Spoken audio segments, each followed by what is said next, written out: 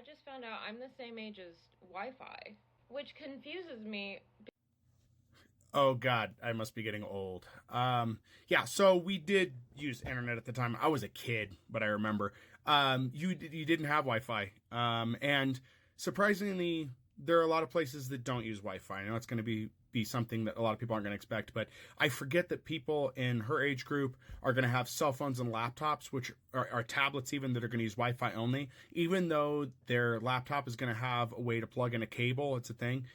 So how do we do it? Well, I'll show you one way that's commonly used, but it used to be by telephone line. You had to use dial-up internet. If you had a desktop or a laptop, you had to patch into a telephone line and dial up to your ISP and get internet service there, and nobody else could use the phone while you were using internet. It was not a thing. So if you did pick up the phone to make a phone call, it interrupted internet service is what it would do, or the phone would make a weird noise. It's been a while, so I forget which one took priority. If somebody was on the phone, you couldn't dial. I know that wasn't a thing because it would just interrupt the other person talking. But yeah, and so even today, if you do, I use a desktop. It has wireless. I don't use it. Most desktops do have wireless. It's a lot easier for people to get their machine hooked up on wireless now than it is to try to run a cable. But generally, and I'm going to show you something here that's still used. This is what you'll use. You'll use a run of, it looks like an oversized telephone cable. It's Cat5 Ethernet. Some are using Cat6 at this point, but for most desktop users, it's going to be a cable like this. You can use this on most laptops as well.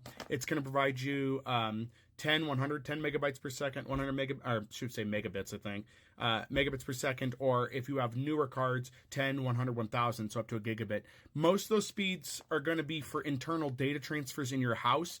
Also, this is why businesses are still using cabled connects. They may be relying on data transfers in the business, or it's just easier for them to set up wired within their business. So most businesses are going to have wired connects, and we're not talking mom and pops. We're talking office spaces with multiple computers.